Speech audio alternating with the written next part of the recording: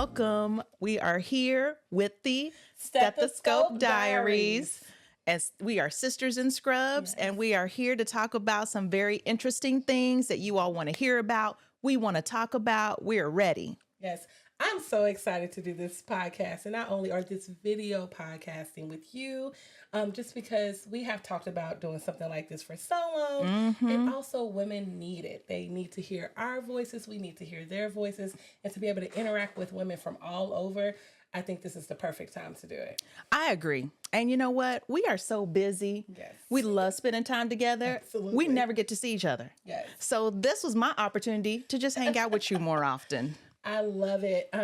Can I start with an introduction, sis? Let's do it. Okay. So I think it would be nice if I introduce you. And I'm going to do a short introduction, maybe a little bit 15 seconds, because it will take forever for me to talk about all the things that you are and do. So I am sitting next to my sister, the great Dr. Tanya Franklin. She is an obstetrician and gynecologist.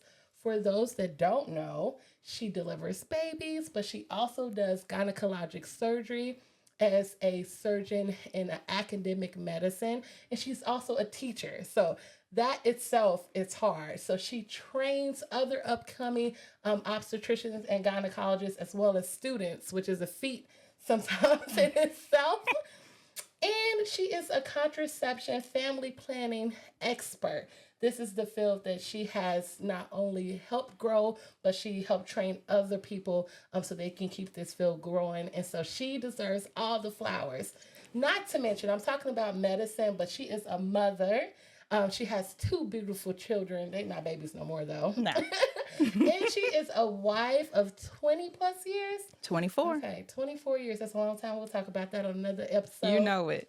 And so I am so excited to be a part of this with you. Thank you. And she is most importantly my mentor. She trained me. So I just am happy to sit next to you and be a part of this podcast with you. Oh, man. You're making That was me my blush. 15 seconds. Oh, gosh. Well, this wonderful lady is my sister, Dr. Tawana Coates. She is amazing. Her background is just phenomenal. She is a strong, strong lady. She has come through a lot. She has seen a lot. She has persevered through so much to become the great doctor that she is. She is in private practice in this region, doing great work, building a beautiful practice. She has been a doctor for 6 years now. Yes, I trained her. We were so lucky to have her. And I was lucky to train her and to have her now as my friend. She's an amazing doctor. She's an amazing person. She is a wonderful wife. She's a wonderful mother, 1 child, beautiful young lady. And she's just killing it out here. I appreciate that, sis. That is sweet, especially coming from you. Thank you. But I think we should initially start our podcast off probably with a little bit interview questions. Yeah. So that people know who they're talking to. And I know we won't be able to give the viewers all of us, but just a couple questions to kind of let them get to know us, not only as our roles as doctors, but as moms and wives. You like that? Yeah, let's do it. All right, you got a question for me? Absolutely. Okay, sis. So, where are you from? And I want to hear a little bit more about your family. So I am from Kansas City, Kansas, not Kansas City, Missouri, but I still represent the Kansas City Chiefs, which are 2-time Super Bowl champions. Yeah. We got to go to a game one day. Okay, yeah. I digress. So I'm from Kansas City, Kansas, raised in Wyandotte County, which is a small town. Some people may say it's filled with violence as well as poverty, but I was raised in a dual parent household. I am the youngest of 5. I'm the only girl. 4 big brothers, a whole task. Yes. So I got survival skills from that alone. I am a first-generation college student. I am a college graduate, a first-generation medical student, graduate, doctor. So I'm sure you probably can relate. My family is so proud of me. My mom comes down all the time to hang out with us because she is our caregiver. I have a 6th grader, 12-year-old who thinks she's my mom. Yes. And I am married to my high school sweetheart. We have been together since we were 17 years young. Wow. And so, yeah, that is a little bit about me and my family. Wonderful. What about you, sis? Okay, so I am from Lexington, Kentucky. That's where I claim. I was actually born in Texas. I did not know that. Yes, ma'am. Okay. So I was born in Corpus Christi, Texas. My dad was in the Navy for 20 years. That is amazing. He was in the Navy. He was stationed in the Philippines, and that's where he met my mom. Oh my goodness. Yes. My mom, she's Filipino. So I am biracial. He retired, and then we moved to Lexington, Kentucky, and that's where I grew up. That's all I know. Nice. So I grew up in a household with 3 other girls. We have 4 girls in the house. So I had 3 sisters that I grew up with. That sounds a little fun. It was tough. It was hard. We were always fighting over clothes, fighting over hair products. It was hard. I'd rather have my 4 older brothers. Exactly. But grew up there, 4 of us girls there. I have an older half sister. I have an older half brother. And now, as far as my life is concerned today, I'm married for 24 years. That is beautiful. We're going to get back into that again, because that's a big part of our identity. Absolutely. That's a whole nother episode for us to talk about marriage and relationships and how to maneuver those. And we have 2 children. Our oldest son, he is in college, and I just cannot believe we have a college-aged kid. Yes, which is cool, but you don't look like it. Thank you, ma'am. And then we have a daughter. She is 16 years old, and I'm teaching her how to drive, and that is very stressful. Bless you. Thank you. Yes, I didn't think I was ready for that, but it's time. Yes. I really like that we're both moms, we're both wives at different phases of our marriage, different phases of our career as OB-GYNs, and also different phases of parenting, which I think will be able to relate to other women who are watching us. And also they'll be able to remind us about those toddler days that we didn't forgot about and those young children days, because I feel like it definitely plays a role in how we counsel women and how we educate other women. So I'm looking forward to this. I am too.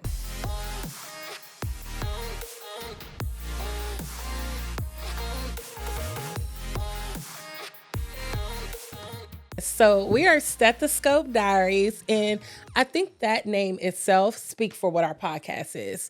We really wanted to create a platform where we not only connect with other women, we connect with other trainees that are currently looking to be in the field of women's health, regardless of what aspect of care that will be in. But also, we wanted to use this as a place to empower women so that they are able to not only go to their doctor's office or also to the doctor's office of their children to be able to ask the questions that some people are afraid to ask.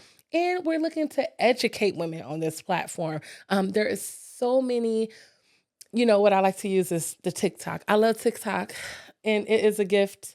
And I feel like it's a curse sometimes, because sometimes we have places where patients will go and get information, but hopefully we have a platform where people can go and they can see women who look like them, experts in the field, and be able to say, okay, this is trusted information. That's right. Accurate information. Accuracy is important. And then advocate, because this is a platform where we hope that after you watch it, after you educate yourself, you're able to use this to advocate for yourself in your own exam room. So that's what I'm hoping we can gain from this podcast. And most importantly, talking to other women who have gone through some type of mishap in medicine where they felt like they weren't heard, where they felt like their care was delayed, because unfortunately that happens to a lot of women of color, women that look like us.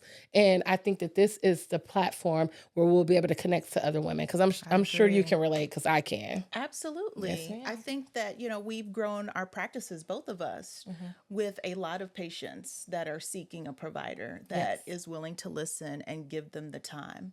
And unfortunately, the way healthcare is run now, we don't have a lot of time to sit and talk with our patients, which is what makes being a doctor great. That's what I love about being a doctor, spending time with patients, talking with them, hearing their stories.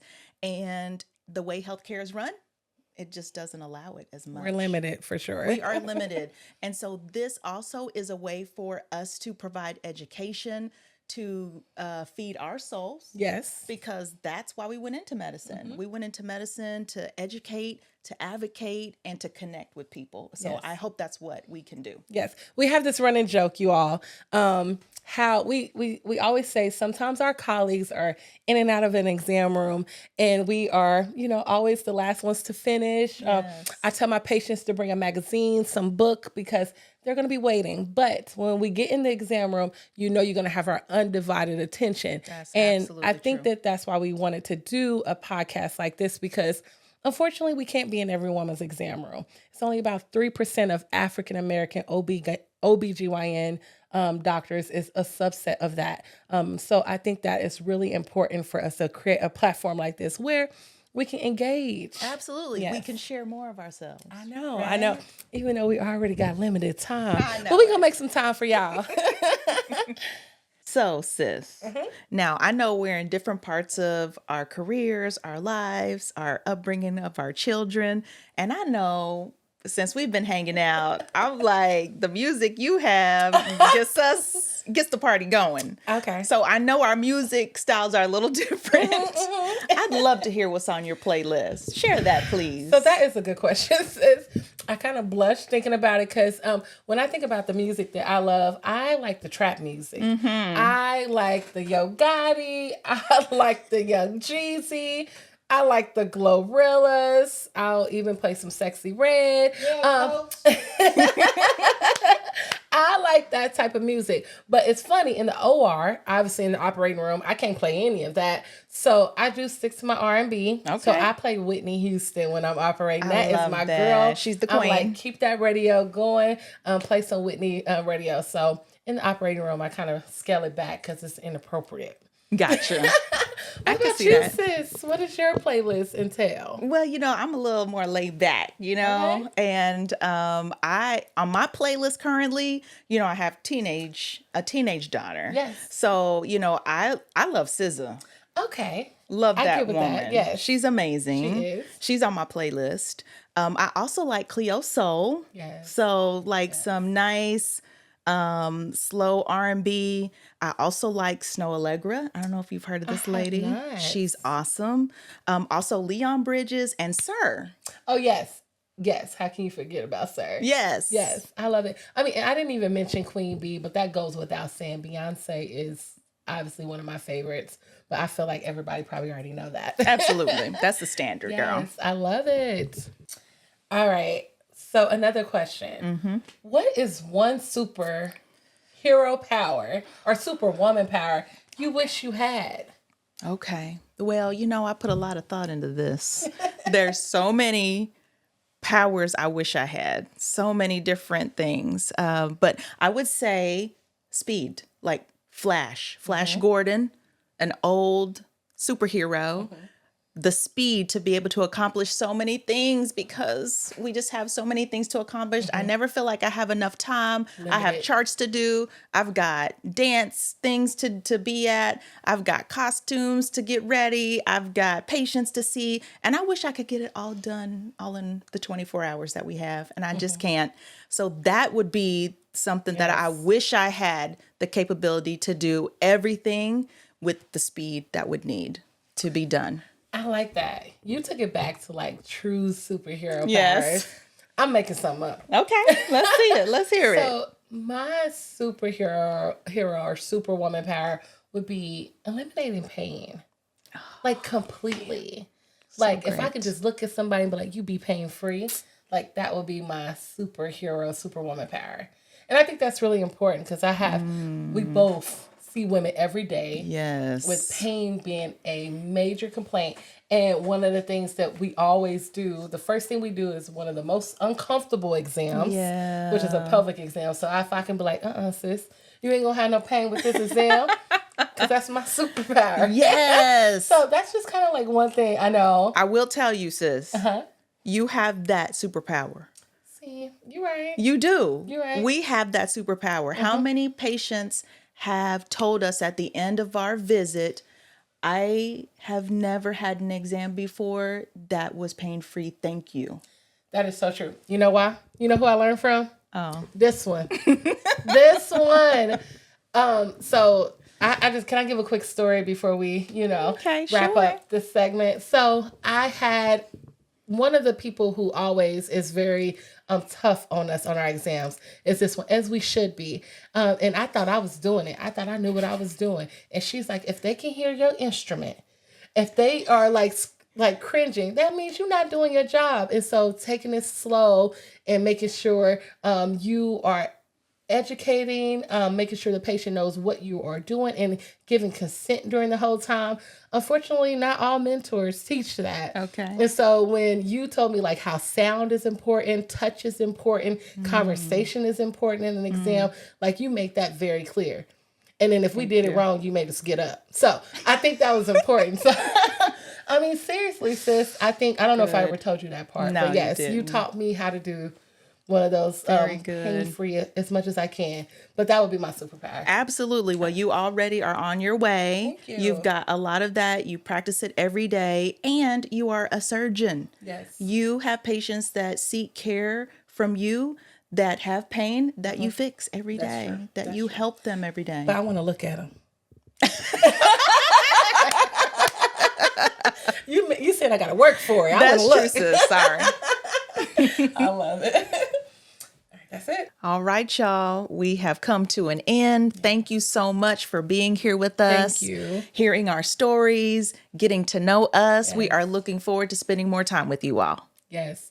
We are going to be dropping episodes every week. We are hoping that you learn more from us, learn more about us, and we get some new ideas from you about different topics and things you want to hear about. So please, please, please engage. And one of the ways you can quickly engage is by simply hitting the subscribe button right now. Stop what you're doing, hit that subscribe button. That's right. Hit that like button, hit that share button, invite your family and your friends, because we want to connect with all of you. I'm going to give my social media. Yes. You can find me at Dr. Coates, Dr. T Coates, and that will be on Instagram. Where can they find you at, sis? I am Auntie MD, so that's AUNTTEEMD. I love it. And that's both on Instagram, Dr. Auntie MD and Dr. T Coates. We signing out.